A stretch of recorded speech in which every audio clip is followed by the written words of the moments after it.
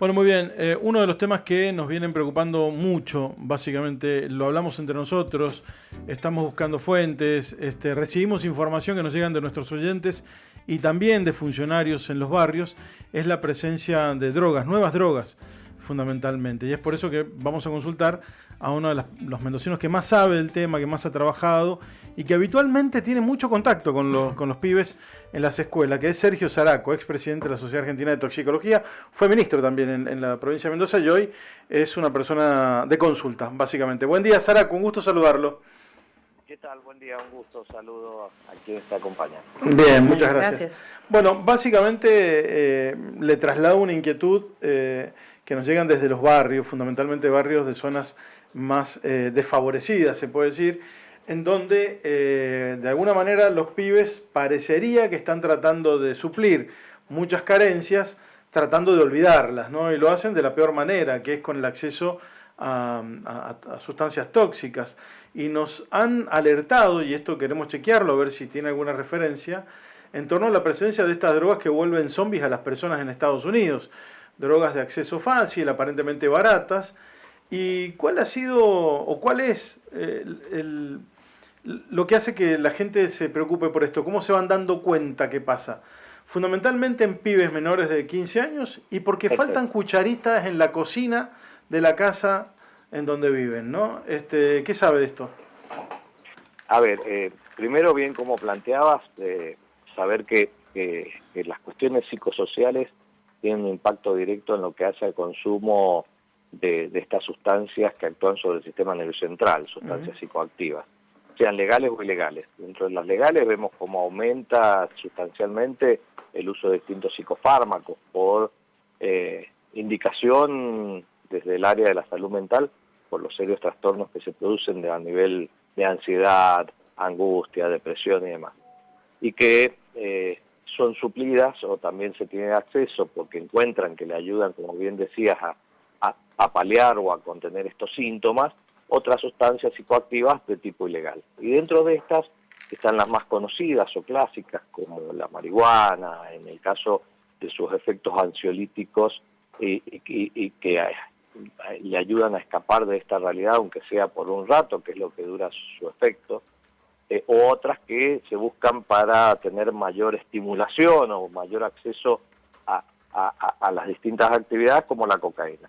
Pero estas sustancias tienen características por ser obtenidas desde productos de origen natural, como es la cannabis sativa, que es la planta de marihuana, o la eritroxilon coca, que es la planta de coca, que tiene test y reacciones rápidas donde uno la puede indicar, o tiene un olor característico sui generis que distintos perros entrenados pueden detectar, y esto hace a los controles policiales tan efectivos. En busca de escapar de estos controles, van apareciendo y creciendo en todo el mundo, pero sobre todo en Sudamérica y América, sustancias o químicos de diseño, que se conocen como nuevas sustancias psicoactivas, que son las que vienen creciendo importante a nivel de distintos países, como Colombia, Ecuador, Argentina, Mendoza, que no escapan, que son más difíciles de detectar por los test rápidos y no son detectados por los canes. Y esto es lo que hoy vamos viendo, conocidas algunas de ellas como la TUSI, u otras como cocaína rosada o demás, que se viene estudiando a través de algo que conformamos parte también, que es el sistema de alerta temprana, donde distintos organismos están atentas a saber qué está sucediendo en la calle, un poco, no desde el punto de vista jurídico, judicial ni policíaco, sino para poder alertar a los sistemas asistenciales, para ver con qué nos encontramos y poder brindar apoyo médico a aquellos que ingresan con cuadros de intoxicaciones graves. Doctor Zaraco, una cosa más que tiene que ver con si han detectado o no presencia de fentanilo en Mendoza, ¿no? Que es lo que está causando estragos en muchos lugares. Por ahí el diagnóstico específico no, pero sí por la clínica, que por ahí hemos recibido consultas desde distintos hospitales acá de la provincia, en donde son pacientes que dicen que han consumido cocaína, pero la signo-sintomatología que traen no es la característica típica. O sea, en lugar de venir con las pupilas dilatadas, con aumento de la frecuencia cardíaca, todo lo contrario, las pupilas están disminuidas, baja la frecuencia cardíaca y otros aspectos que son compatibles con estos derivados opiáceos, donde está el fentanilo u otros, y que esto es un hecho que también se viene observando en otros países de acá de Sudamérica, y que esta combinación hace que dos aspectos. Por un lado, amortigua un poco los efectos indeseables del consumo de drogas como la cocaína, pero por el otro, lo que busca en sí el narcotráfico es que afianza más rápidamente la dependencia a la sustancia y así poder generar más rápidamente, entre comillas, clientes que consuman esta sustancia. El hecho es que estos derivados opiáceos como el fentanilo o el carfentanilo, que es el que contaminó esta droga en Buenos Aires, en el que fue Puerta 8, que generó tantas muertes, y que esto genera una preocupación porque si no hay una buena racionalización de la dosis que trae cada porción que se distribuye, puede producir la muerte rápidamente porque deprime la función cardiorrespiratoria, y estas son las complicaciones tan frecuentes en Estados Unidos. Esto hizo que se generara una alerta para que en los hospitales empiece a haber el antídoto que se usa para este tipo de sustancias, como es el caso de la naloxona, que es un antídoto específico para poder revertir estos casos tan graves. Doctor, Evangelina lo saluda, buen día. ¿Qué tal, Evangelina? Muy bien.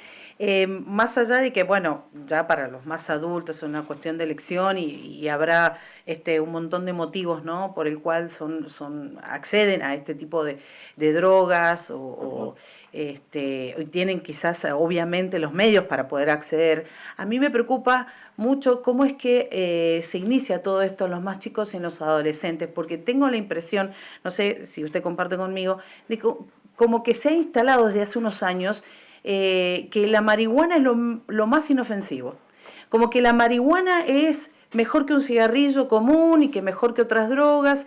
Y además incluso, no sé qué responsabilidad tenemos como sociedad y el Estado, porque incluso se habla mucho del cultivo de cannabis, del cultivo, te enseñan ahora, tenés un curso para poder aprender a plantar y el manejo responsable, pero yo no sé si ha habido una comunicación, digamos, seria al respecto, como para que nuestros jóvenes entiendan el daño de iniciar con la marihuana. Sí, como bien planteas, existe una banalización, un poco siguiendo el librito que tuvo el tabaco en su momento para hacerlo ver como algo inocuo, y que esto ha hecho, ante la ausencia de políticas que alerten sobre el riesgo que hace al fumar una sustancia que actúa directamente sobre el sistema nervioso central, a lo que se suma que hay receptores específicos que tenemos en nuestro organismo, conocidos como CB1 y CB2, cannabinoides 1 y 2, que modifican comportamientos y también aspectos metabólicos. Y como bien planteabas, esto que se ha ido banalizando con el autocultivo y haciendo creer falsamente que es menos peligroso que el tabaco, es distinto. El tabaco tiene nicotina, que es una sustancia estimulante, que aumenta la frecuencia cardíaca, aumenta el riesgo de arritmias. El cannabis, la marihuana, en cambio tiene efectos ansiolíticos, depresores y disruptores del sistema nervioso central, o sea, modifican y afectan gravemente a la hora de conducir un vehículo, porque a veces solo nos creemos que el alcohol puede impactar en lo que hace a accidentes viales, pero no estamos haciendo controles de cannabis y que es como un alcohol que se fuma, y lo queremos llevar a lo que uno altera los reflejos y los tiempos de respuesta, y lo hace altamente peligroso a conducir vehículos bajo el efecto de la marihuana. Pero por el otro lado, esto que hace al autocultivo, porque antes lo que se consumía eran las sustancias que tenían un desarrollo más natural, selvático, con concentraciones erráticas del principio activo principal de la planta, de los más de 500 químicos, el que más impacta en el cerebro es el THC, el tetrahidrocannabinol. Que estos autocultivos con semillas que son compradas y que tienen características de modificaciones que han ido haciendo que aumente sustancialmente los niveles de concentración de esta sustancia psicoactiva, el THC, de valores de un 3 a 4% que tenían hace unos 20 años atrás, hoy superan ampliamente a más del 25 o 28%. Es decir, que fumarse un paso de estos que se obtienen con todo este desarrollo y toda esta industria que hay de hacerlo ver como algo mágico, y pega en el cerebro gravemente. Y que esto ya está descrito, y hemos tenido ya pacientes que han consultado a las guardias en este último año, el año pasado, pacientes que ingresan y consultan a la guardia que nunca habíamos tenido, pero ya vemos un aumento de la frecuencia cardíaca por palpitaciones, aumento de la presión arterial. Está descrito que aumenta 5 veces el riesgo de hacer una muerte súbita después de fumarse uno de estos pasos de marihuana que aquellos que no lo han fumado, y que pueden disparar trastornos de tipo psicótico, trastornos de tipo de paranoias, que son muy complejos. A lo que se suma, que es lo que yo llamo esto que hemos logrado hoy de autoemprendedores, entre comillas, en donde los organismos de seguridad, antes veíamos estos operativos donde se traía de países vecinos este producto químico de marihuana, y que hoy lo que existe es esta venta y distribución entre vecinos, y que acá se ha generado un mercado que hace más difícil tener un control desde las autoridades, pero también lo hace más peligroso por lo que decíamos, porque son sustancias que tienen mayores concentraciones, a lo que se suma que con esta banalización y ausencia total de que se hable de este tema,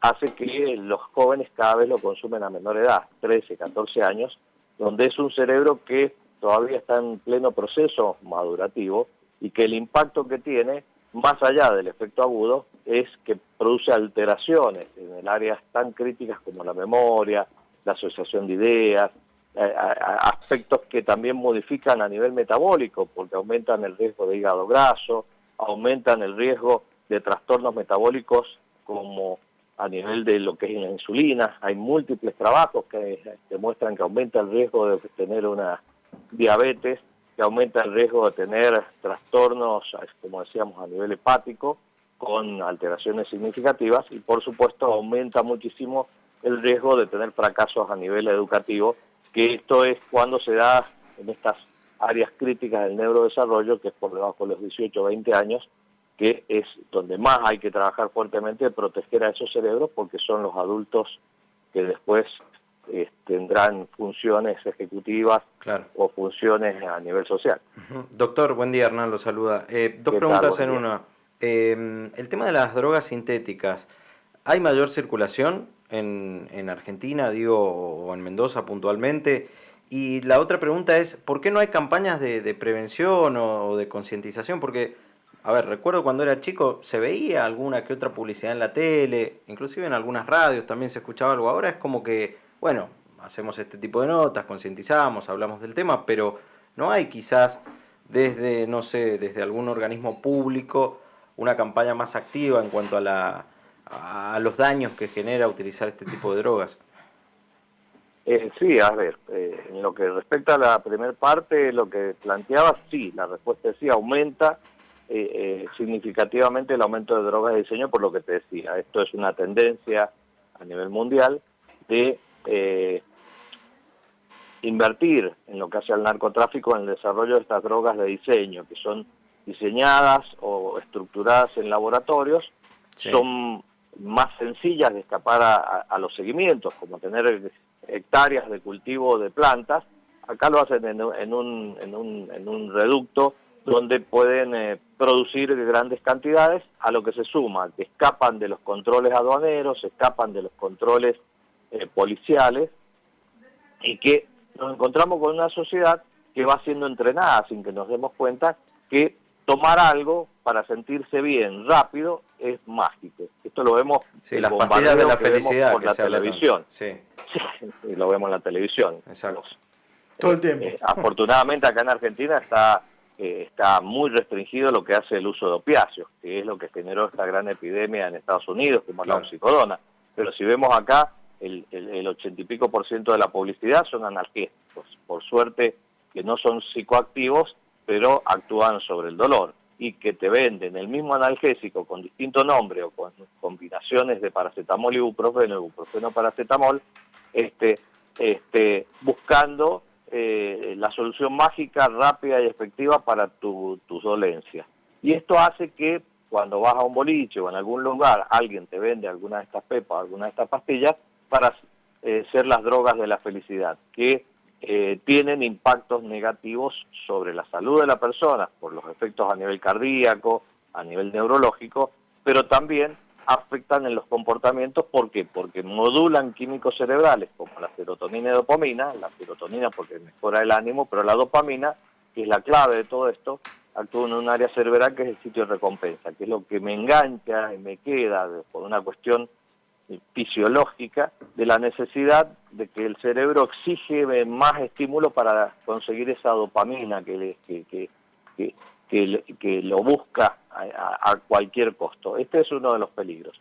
Y por el otro, lo que planteabas es sí, existe una ausencia total de campañas para generar conciencia, y que esto hay que empezar a trabajarlo desde la primaria, es lo que trabajar en lo que decimos la percepción de riesgo, es decir, hacer ver cuáles son los riesgos y las consecuencias que tienen, y que por más que el nene plante la plantita en la casa y la riegue y la cuide, está cultivando un veneno que daña el cerebro. O sea, estamos afectando sus aspectos cerebrales, sus aspectos de comportamiento, sus aspectos de funcionalidad, de lo más crítico que nos diferencia del resto del reino animal, que es nuestro cerebro prefrontal, y que ahí es donde tenemos que trabajar fuertemente.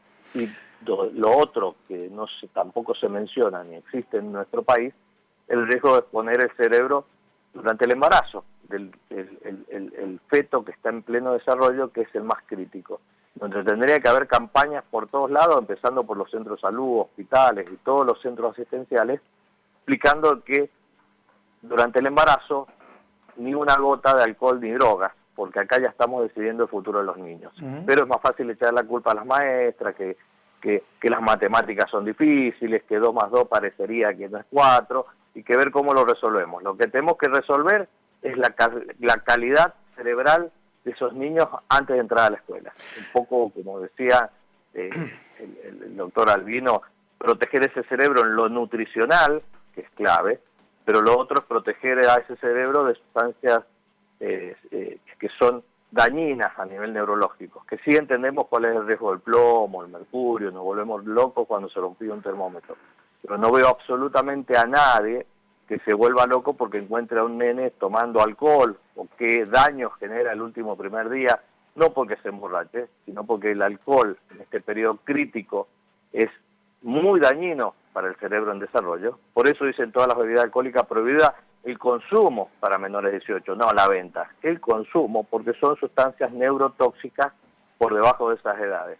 Y ahí es donde tenemos que entender. Y si no comprendemos que si no protegemos el cerebro de nuestros niños, vamos a estar complicados, porque estos daños se hacen después difíciles de recuperar si tampoco hay políticas que estimulen a este cerebro, que es plástico y le permite una mejora sustantiva, y esto hay que trabajarlo muy fuertemente desde la secundaria, con actividades que permitan recuperar ese cerebro que está dañado. Entonces, por un lado la prevención, por el otro también acciones que permitan recuperar a esta realidad que hoy estamos teniendo en nuestra juventud.